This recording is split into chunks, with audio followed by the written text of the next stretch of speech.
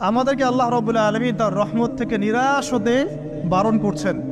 যে যত পাপ করেছে জীবনে, যদি একটা বার কেউ যদি আল্লাহ পাককে মন থেকে ডাকে, চোখ দিয়ে ঝরঝর করে পানি পড়ে, আল্লাহ পাককে বলে, সেজদায় গিয়ে পড়ে আল্লাহকে বলে রব্বিক ফিরলি, আল্লাহ আমাকে মাফ করে দাও, তার মনের মধ্যে যদি সততা থাকে, মন থেকে যদি সেই কথাটা বলে থাকে, আল্লাহ পাক শুধু তাকে ক্ষমাই করবেন না, তার সমস্ত গুনাহগুলোকে আল্লাহ নেকি দিয়ে পরিবর্তন করে দিয়েছে। একটা হাদিস পড়ছিলাম, নবী করিম সাল্লাল্লাহু আলাইহি ওয়াসাল্লাম তিনি বলছেন যে লাম্মা কাদাল্লাহুল খালক, যখন আল্লাহ রাব্বুল আলামিন এই মহাবিশ্ব সৃষ্টি করেন, তখন আল্লাহ রাব্বুল আলামিন কাতাবা কিতাবান, একটা কিতাব লিখেছেন, একটা কিতাব আছে আল্লাহর কাছে। কাতাবা কিতাবান ফাহুয়া ইনদাহু ফাওকাল আরশ, যেই কিতাবটা আল্লাহর নিজের কাছে আছে আরশের উপরে, সেখানে আল্লাহ পাক লিখে রেখেছেন। কি লিখেছেন? ইন্না রাহমাতি সাবাকাত গদাবি, প্রতিটা ক্ষেত্রেই আমার রহমত, আমার দয়া, আমার করুণা আমার গজবকে পরাজিত করেছে। মানে আল্লাহ রাব্বুল আলামিনের গজব এর উপরে আল্লাহ পাকের রহমত অবস্থান করছে। জীবনের কোনো ক্ষেত্রে হতাশ হওয়ার কোনো সুযোগ নাই।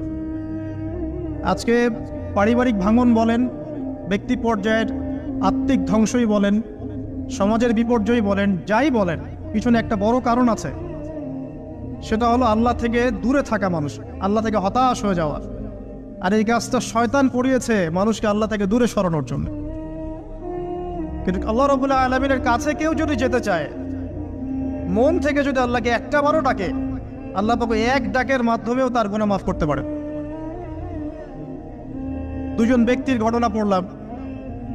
একজন ব্যক্তি প্রচন্ড রকম আবেদ, প্রচুর ইবাদত করে। আপনারা জানেন ইবলিসও কিন্তু আবেদ ছিল, ইবলিস কিন্তু প্রচুর ইবাদত করেছে। এখন ওই ব্যক্তির একজন বন্ধু ছিল, এটা বানু ইসরাঈলের ঘটনা। তো সেই বন্ধু পাপী ছিল, বিভিন্ন কবিরা গুনাহ করত। আর এই আবেদ ব্যক্তি বারবার তাকে নসিহত করত, গুনাহ ছেড়ে দাও, তুমি পাপ করছো, গুনাহ ছেড়ে দাও। তখন সেই ব্যক্তি যে পাপ করছে সে বলতো যে আল্লাহ কি তোমাকে আমার রক্ষক বানিয়েছেন? আল্লাহ কি তোমাকে আমার উপর দারোগা বানিয়েছেন? আমাকে আল্লাহর হাতে ছেড়ে দাও, আমাকে নসিহত করতে এসো না। একদিন এই আবেদ ব্যক্তি তার বন্ধুকে একটা জঘন্য পাপ করতে দেখলো, এমন একটা পাপ যেটা দেখে তার মনে ধারণা আসলো এটা চরম জঘন্য একটা কাজ। তখন সে মুখ ফসকে বলে ফেললো যে আল্লাহ তোকে আর মাফ করবে না, আল্লাহ তোকে জান্নাত দিবে না। আল্লাহ রাব্বুল আলামিন মালাকুল মউতকে এই দুজনের কাছে পাঠালেন, দুজনের রূহকে কবজ করা হলো।